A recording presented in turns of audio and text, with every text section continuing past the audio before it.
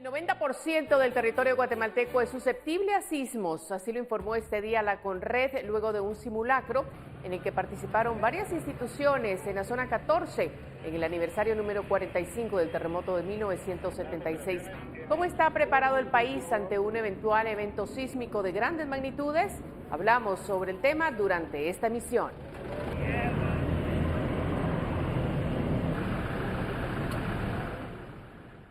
¿Cómo está? Buenas noches. Gracias por sintonizar esta hora la emisión estelar de Noticiero Guatevisión este 4 de febrero, un día que recordamos el terrible terremoto de hace 45 años. Tenemos mucha información, vamos a hablar de ese tema y otros más, así es que iniciamos de inmediato.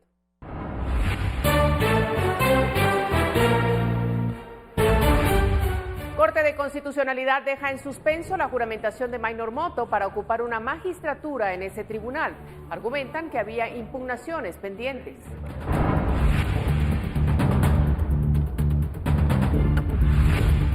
El ministro de Finanzas, Álvaro González Richie, cambia versión y ahora afirma que los ministerios sí tenían conocimiento de la readecuación presupuestaria para el 2021.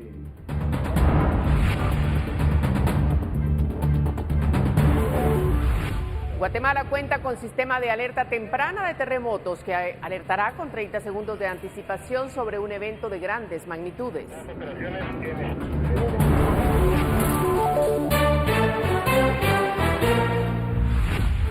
Trabajador del gobierno agrede a periodista de Guatevisión y Prensa Libre durante visita del presidente Yamatei Yaquiché. Presidencia afirma que fue una acción no meditada.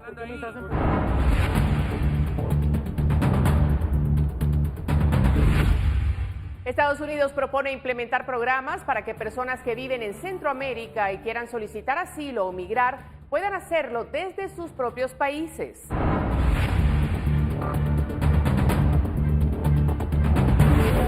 En el fútbol nacional, Guastatoya toma ventaja en el duelo de ida de la final del torneo Apertura 2020. Municipal está obligado a remontar para buscar el bicampeonato.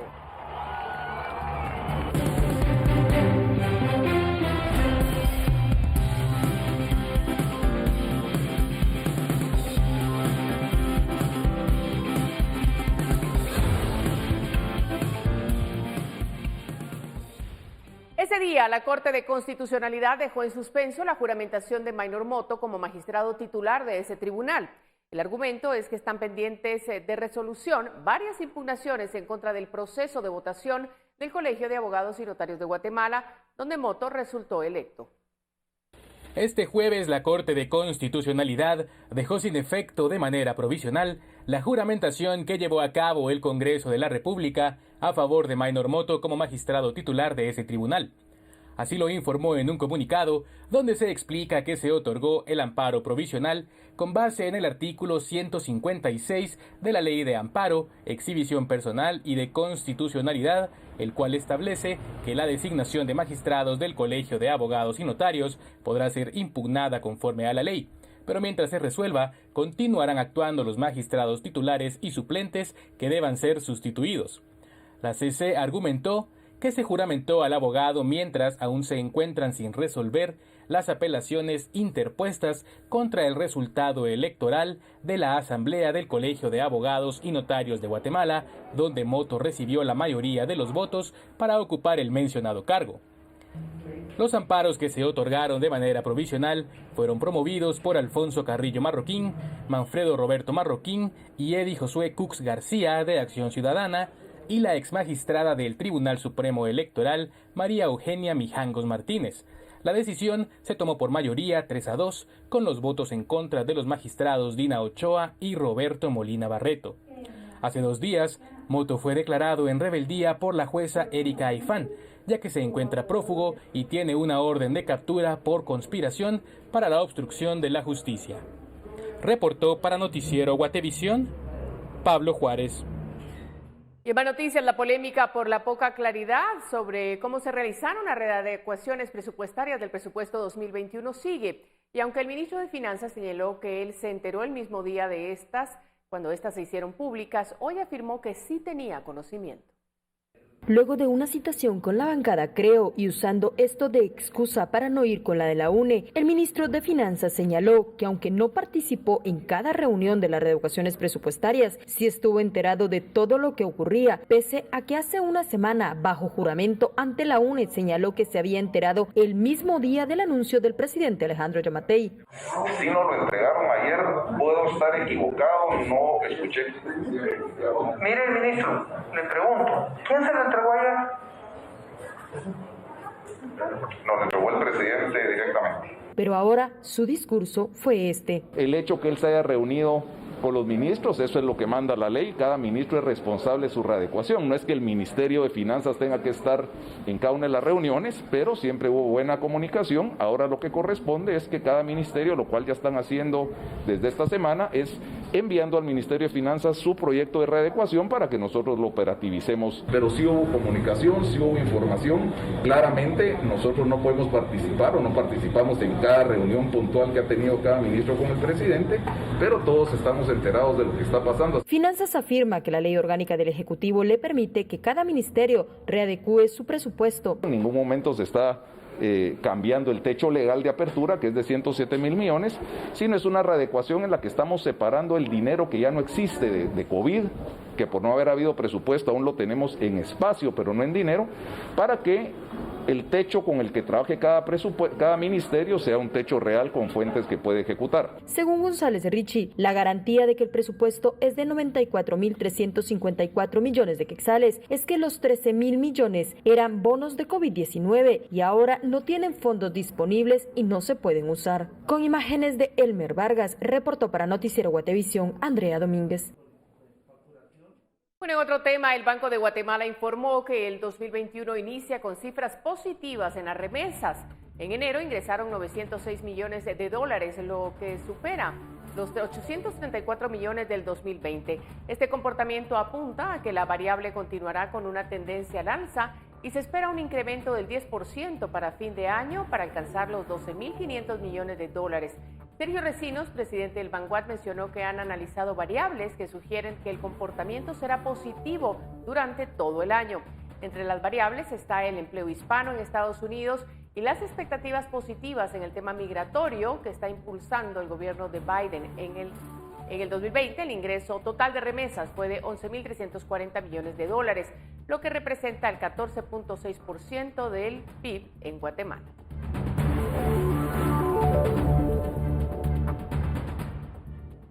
Ya vemos, las remesas se han convertido en ingresos clave para el país, pero al hablar de eso tenemos que hablar de nuestros hermanos que se encuentran allá y por esta razón esta noche vamos a contactar con Walter Batres, presidente de la Red Migrante Guatemalteca en Los Ángeles. Buenas noches, gracias por estar con nosotros. Muy buenas noches a todos ustedes, Guatemala. Un placer estar acá con ustedes.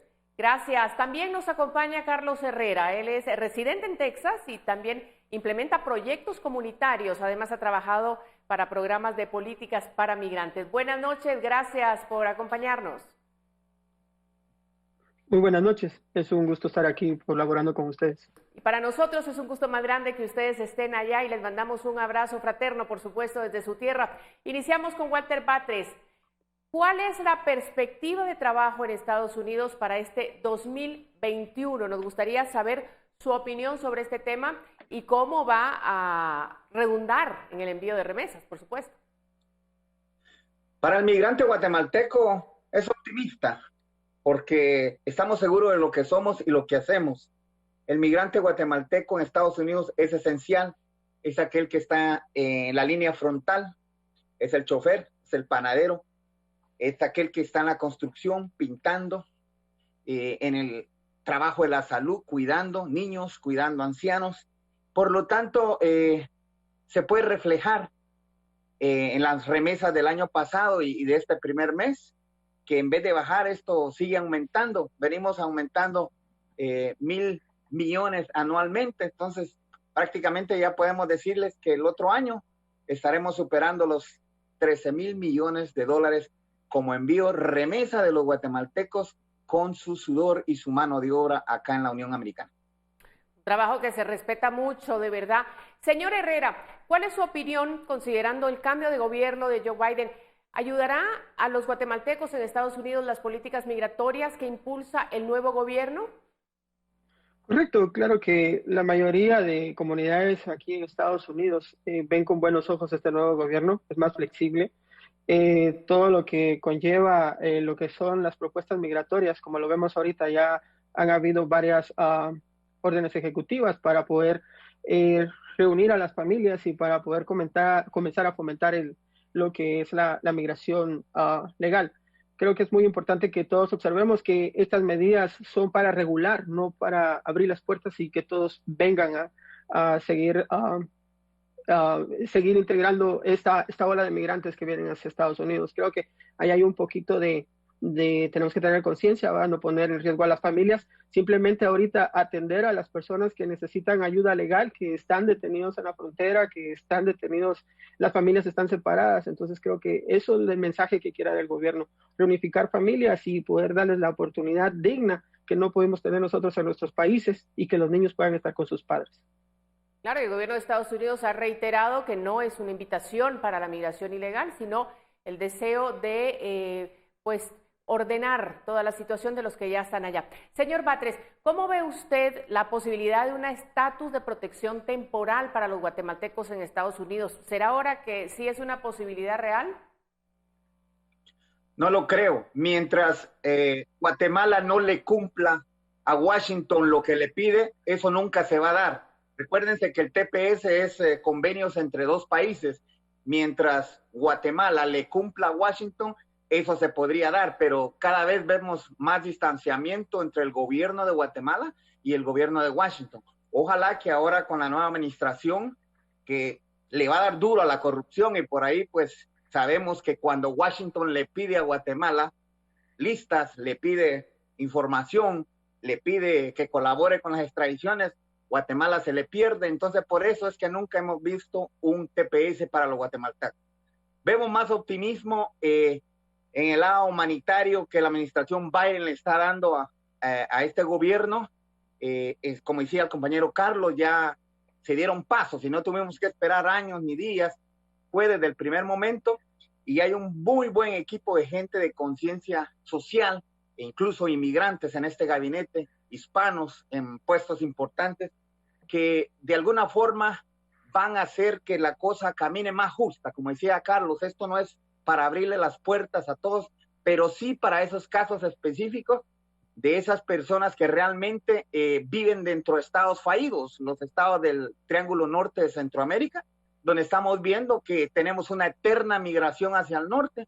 Y esta es una invitación para el gobierno de Guatemala para que use ese presupuesto que está designado a la comunidad migrante, que lo use el río Suchate para el norte, porque en los últimos 3 años no hemos visto absolutamente nada de inversión de esos mismos ingresos que nosotros a través de nuestras remesas le estamos dando por conceptos de impuestos al gobierno de Guatemala. No vemos que esos quetzales lleguen para acá, se están perdiendo en la burocracia guatemalteca y el migrante sigue desamparado, especialmente en el corredor mexicano, que es donde vemos los casos más trágicos.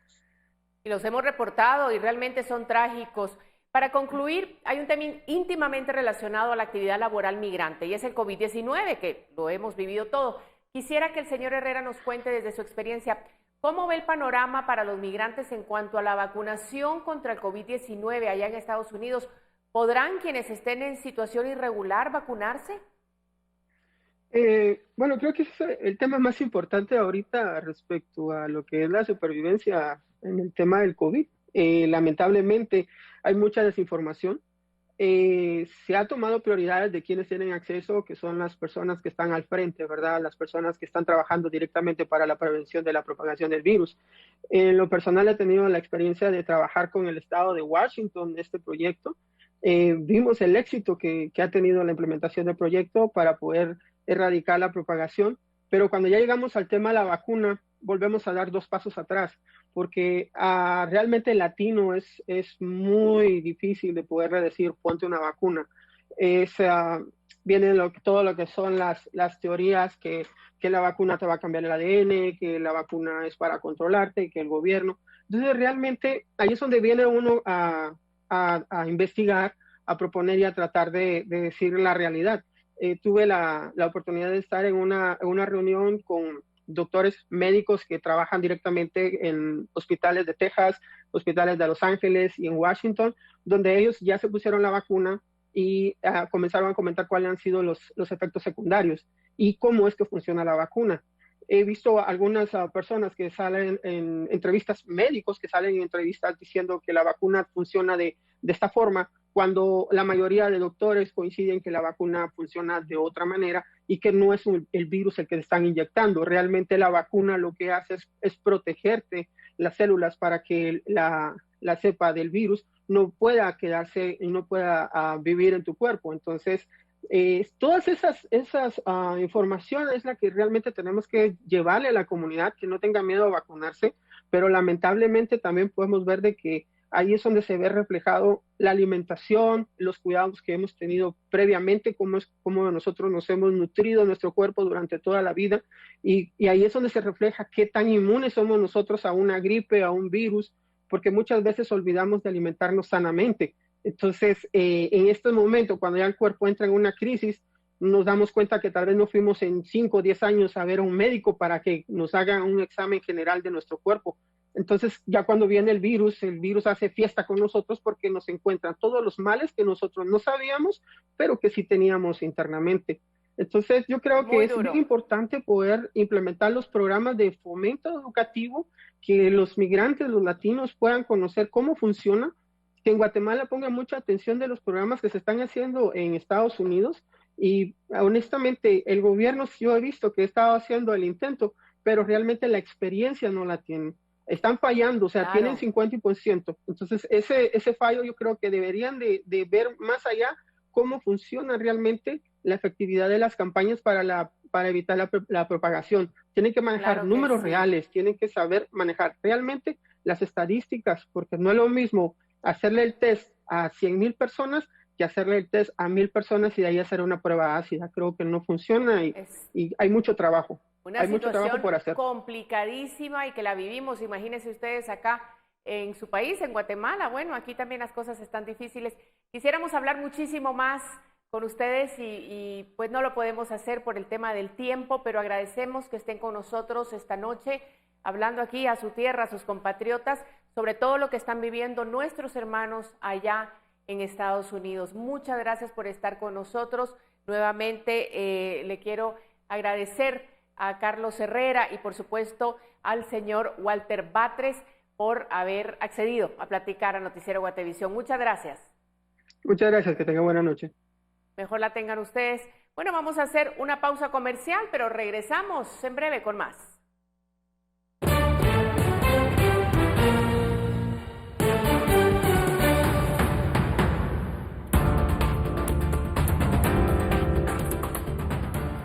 A 45 años del terremoto de 1976 se realiza el simulacro de estructuras colapsadas. Además, hablamos con un experto sobre las medidas que se están tomando en la actualidad. Ya volvemos.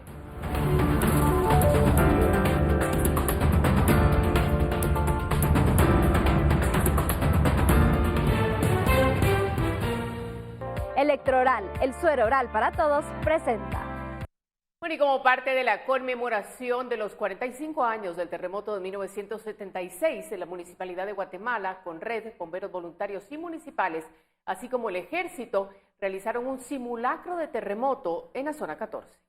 Tenemos una fuga, no sabemos qué material, pero igual va a servir para descontaminar todas las áreas donde están trabajando. Al menos 150 socorristas de las diferentes entidades del país realizaron un simulacro de terremoto con el objetivo de poder poner en práctica los mecanismos de rescate en estructuras colapsadas. Esto en medio de la conmemoración de los 45 años del terremoto de 1976. En ese momento, uno de los mayores retos fue la edificación de los hogares por ser de adobe, debido a que este es de limo volcánico. Y aunque ahora se tienen mejores mecanismos, según un ingeniero sismoresistente, estamos incubando mayor riesgo, principalmente por la construcción informal. Ese tipo de construcción, su límite son 3 pisos.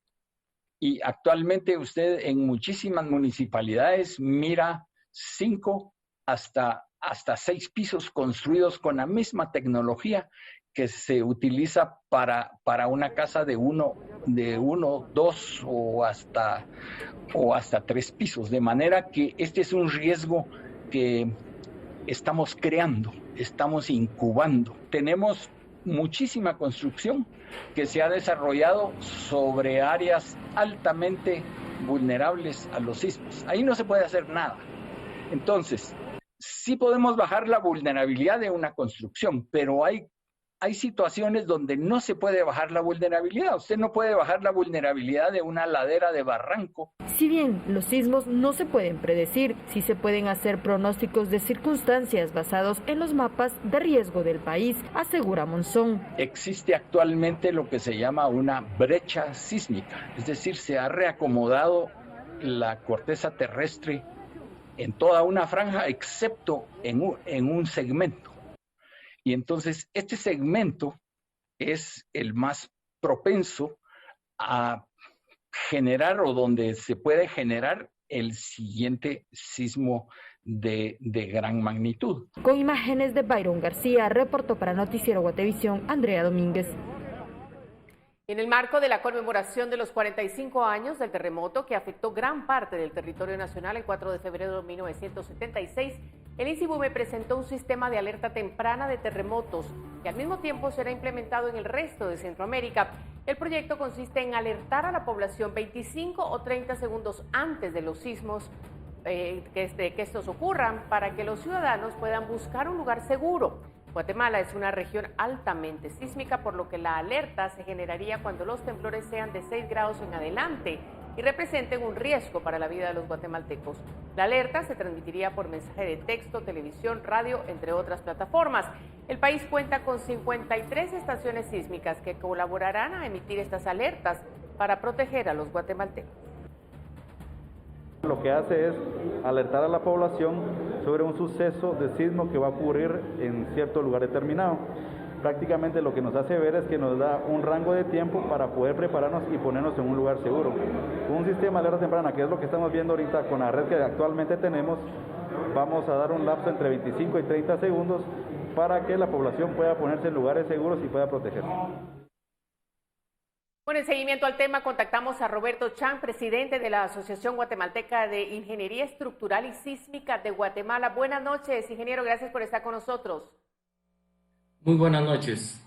Después de 45 años de ese terremoto, ¿cómo ha evolucionado el país y qué medidas se han tomado en materia de seguridad estructural y sísmica? Bueno, ya desde hace algunos años, luego de la fundación de la asociación, se ha trabajado en las normas de seguridad estructural y a la fecha sí puedo decir que ya tenemos varias normas elaboradas. El trecho que hemos recorrido pues es ya bastante, pero el camino es bastante largo. Así es que sí hemos hecho ya tenemos algunas normas para ser aplicadas. Algunas de ellas ya han sido adoptadas, integradas, algunos reglamentos de construcción, y entonces de esa cuenta sí tenemos, esperamos tener menos vulnerabilidad en algunas construcciones. Sin embargo, hay otras que todavía se han quedado rezagadas y hay necesidad de seguir trabajando eso a nivel de construcción menor y con las municipalidades y maestros de obra. Importantísimo. Cuéntenos un poco, ¿cuáles son esas normas, digamos, básicas que ustedes contemplan en el tema de la seguridad sísmica para la construcción? Bueno, hay algunas normas generales que son aplicables para cualquier sistema constructivo. En esas normas se fijan cuáles son las cargas y cuáles son los sismos de diseño, y luego hay normas ya específicas para cada sistema constructivo. Hay normas, por ejemplo, para concreto reforzado, para acero estructural, hay algunas normas para estructuras de mampostería. Hemos estado trabajando también algunas normas para construcción menor. Esto todavía está en en una fase de desarrollo. Bueno, como todas las normas, siempre están evolucionando. Y hay una norma también que es bastante extensa, que es para la construcción para las construcciones existentes. Es decir, estas normas son para evaluar y rehabilitar estructuras que puedan necesitar revisiones o que hayan sido dañadas y que necesitan ser rehabilitadas. Ingeniero, una pregunta importante, perdón. Sí. Le quería yo decir, vemos que sí, como usted nos comenta, hay un avance en el tema de la construcción y demás, pero hay un tema importante, y yo creo que ustedes también se han referido a él, que es la cultura de prevención. ¿Qué es lo que tiene el ciudadano guatemalteco que hacer o que contemplar para reducir todos estos riesgos que presentan eventos sísmicos, en este caso, por ejemplo? Sí, esta prevención ha sido difícil trabajarla y hacer conciencia a las personas de que es mejor prevenir que después tener que reconstruir o reparar.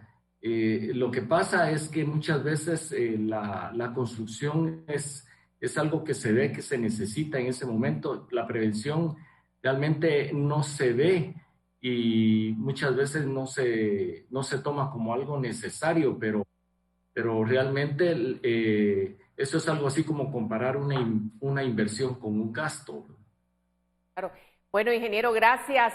En un país como el nuestro es importante escuchar esos consejos y saber que tenemos que ser conscientes en dónde vivimos. Guatemala es un país altamente sísmico. Gracias por estar con nosotros, ingeniero Roberto Chang.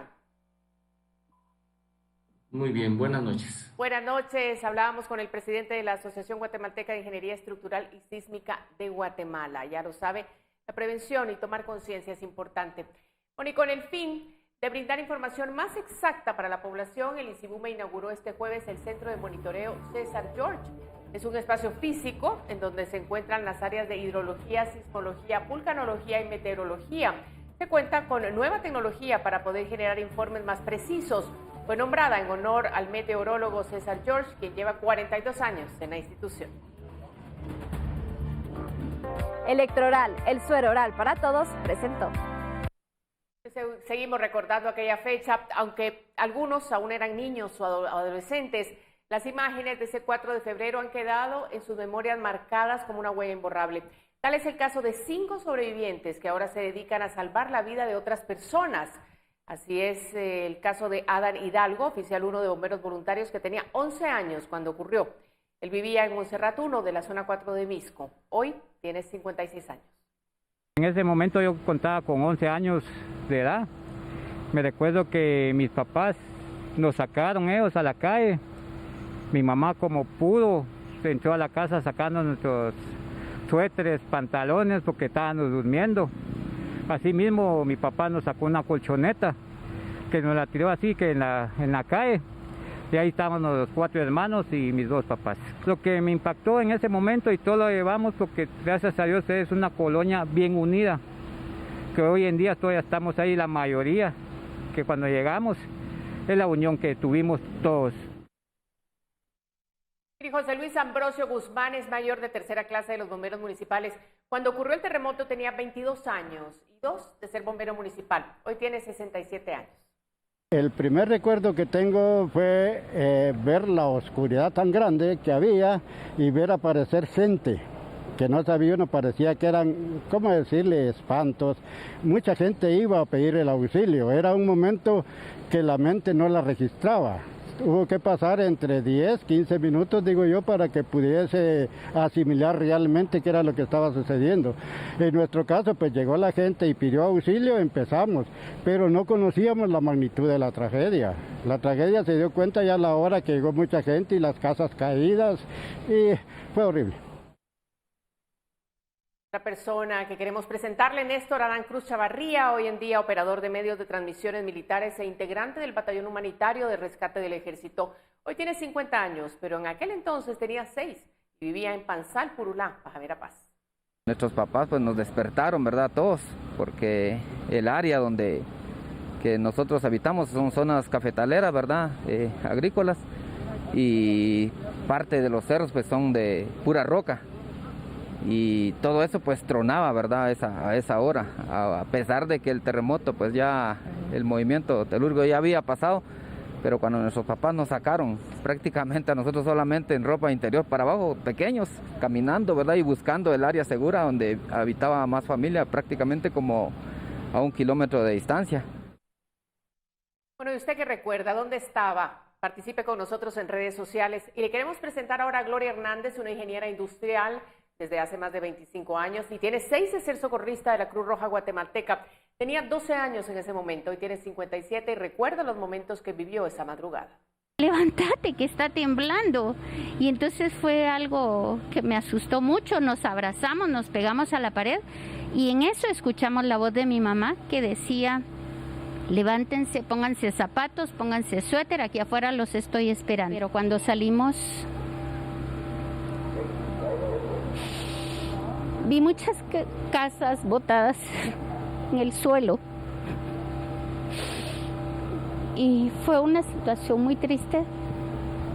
Amigos, vecinos perdieron sus casas.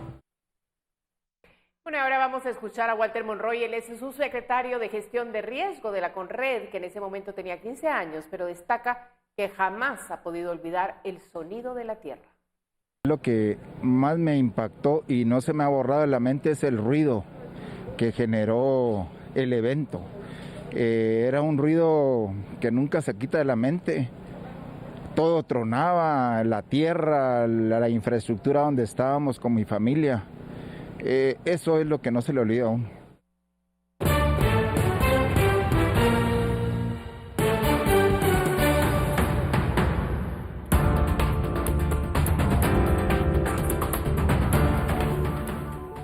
El presidente Yamatei llegó a Quiché para un acto oficial donde hubo empujones y donde no se permitió acercarse al mandatario. Las imágenes y detalles en el siguiente bloque.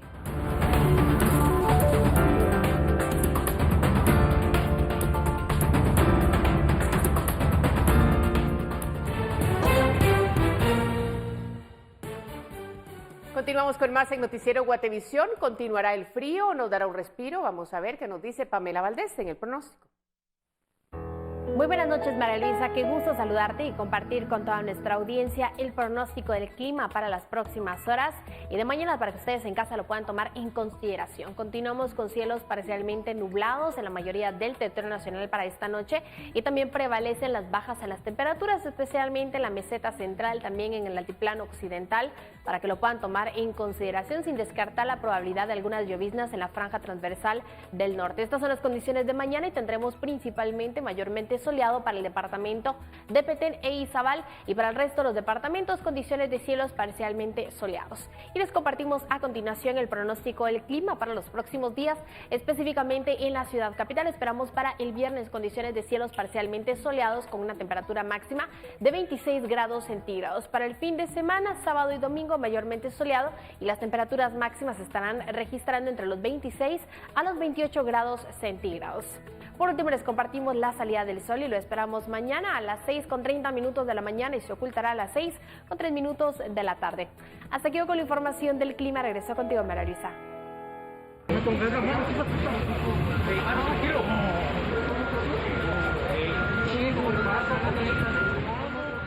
Mientras se hacía una cobertura en Santa Cruz del Quiché, donde se buscaba entrevistar al ministro de Comunicaciones, un trabajador del gobierno agredió al periodista de Guatevisión y Prensa Libre, Héctor Cordero, empujándolo y colocándose frente a él y otros reporteros de Quiché para que el ministro Josué Lemus evitara dar declaraciones. El trabajador en todo momento se mostró agresivo con la prensa local. Respecto del incidente, la Secretaría de Comunicación Social en la presidencia aclara que es un hecho aislado, que no forma parte de las políticas ni de los protocolos de acción de esta institución ni del gobierno de Guatemala. La Secretaría considera que fue una reacción no meditada en una circunstancia en la que se vulneraba el círculo de seguridad del señor presidente. Sin embargo, Guatevisión y Prensa Libre enfatizan que, como lo muestran los videos, el presidente Yamatei ya había pasado por el lugar y nada tenía que ver con agresión de este miembro del gobierno contra el periodista.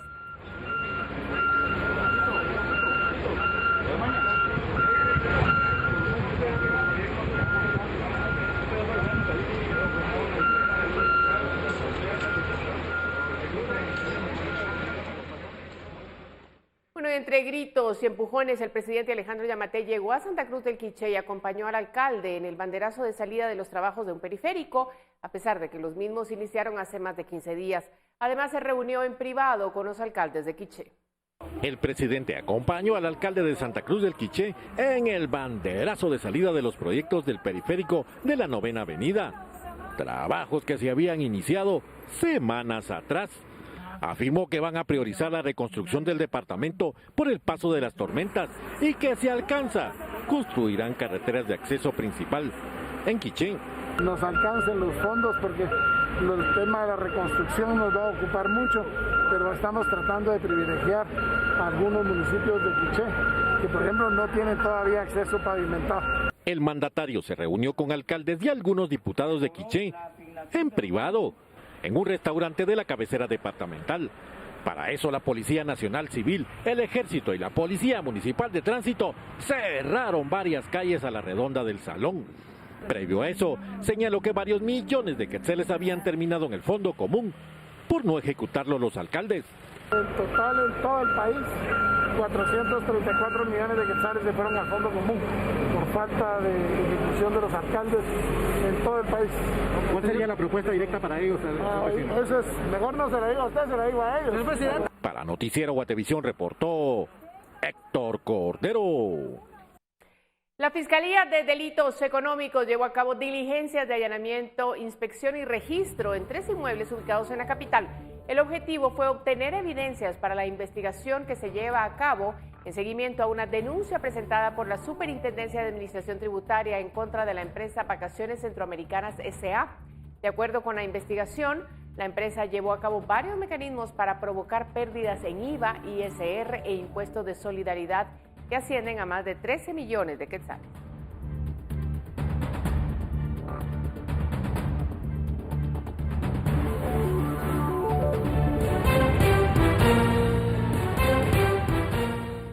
En Quetzaltenango, el área de salud fue informada que será sede de acopio regional para la vacuna del COVID-19, mientras que en el hospital temporal de esa ciudad se continúa con el ingreso diario de 5 a 10 pacientes, la mayoría en estado crítico. Cuando el país cuente con las vacunas para el COVID-19, en la ciudad de Xela funcionará un centro de acopio regional para almacenarlas. Hasta ahora se desconoce la cantidad de dosis, pero este viernes el director del área de salud espera tener más información. De que Quetzaltenango, como cabecera departamental, está contemplado como una sede regional de acopio de la vacuna COVID.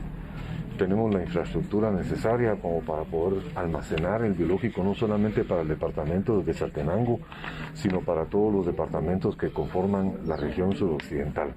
Mientras tanto, en el Hospital Temporal de Quetzaltenango se continúa con una alta ocupación de pacientes en estado crítico. Intensivos, como siempre les he contado, no hay cola, pero digamos tenemos una rotación diaria de un 100%, ¿verdad? Sale un paciente, por alguna situación mejora y lo trasladamos a otro intensivo o a sala general y ya tenemos otro paciente para ingresarlo, ¿verdad? No, lamentablemente pues no hemos dejado de tener un 100% de ocupación en los intensivos A y B. En el intensivo C pues tenemos más o menos un 60%. Personal médico experto en atención a casos COVID-19 recomienda que la población tome en cuenta algunos aspectos para acudir a tiempo al hospital temporal y que los pacientes COVID-19 no lleguen en un estado complicado. Entonces, si empezamos a tener problemas de dificultad para respirar, disnea, se fatigan al hablar, o si tienen un oxímetro en casa para ver el nivel de oxigenación y este nivel de oxigenación empieza a ser de 93 o menos, es momento para consultar a un hospital y ver si es necesario la hospitalización. Si el paciente no se logra hidratar adecuadamente, si los pacientes tienen alguna comorbilidad, por ejemplo diabetes. Desde Quetzaltenango para Noticiero Guatevisión, María Longo. Y el Ministerio de Salud reportó este jueves otros 699 casos nuevos de coronavirus para hacer un total acumulado de 161.665 desde que inició la pandemia. En las últimas horas se confirma la muerte de 49 pacientes más. Con esto, la cifra en todo el país es de 5.785 decesos. El Ministerio de Salud aclaró De los 49 fallecidos reportados este día, la mayor parte son producto de retraso en la notificación por parte de las unidades de salud a nivel nacional. La cantidad de casos recuperados estimados es de 147.486. Finalmente, los casos activos estimados son de 8.394 y se efectuaron 5.678 pruebas en las últimas horas para detectar posibles contagios de COVID-19.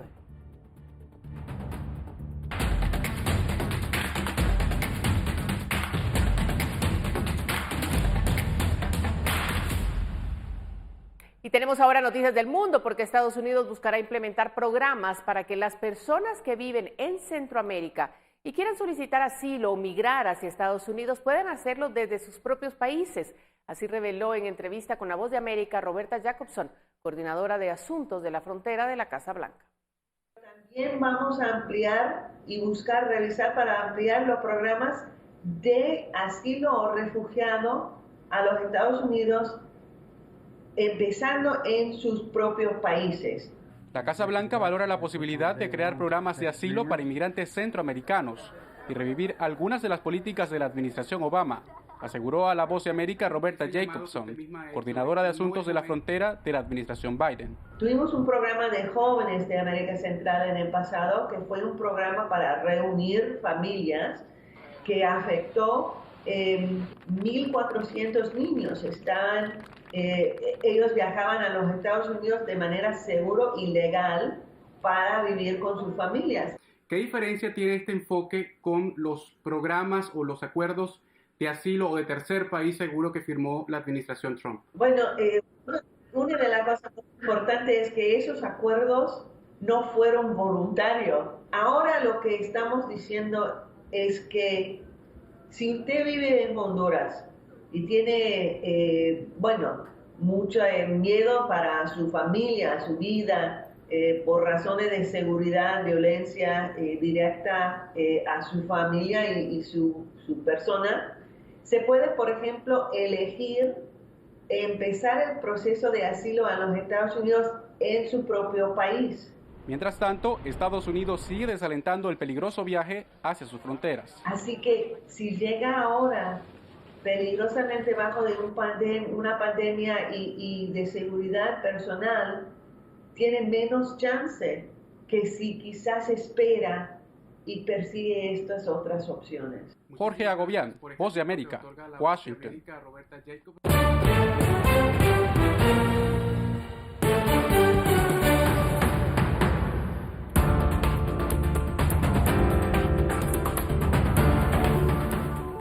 Garantizan bioseguridad con guías de turismo de Zacatepeques, uno de los departamentos más visitados.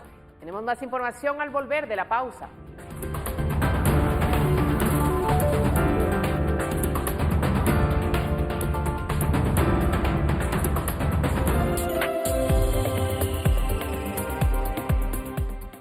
Continuamos. Este jueves, el Instituto Guatemalteco de Turismo entregó el sello de bioseguridad turística a 40 guías de turismo de Zacatepeques. Además, todos ellos fueron acreedores al sello Safe Travels, el cual el INGUAT entrega por el Consejo Mundial de Viajes y Turismo.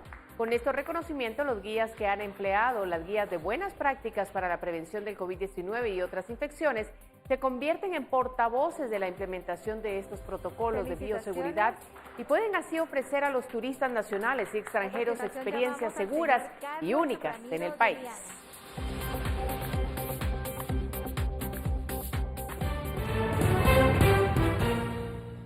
Bueno, y continúa con nosotros porque tenemos más información. La digitalización se aceleró con la pandemia y hay empresas que han ayudado a que esta transición sea más fácil.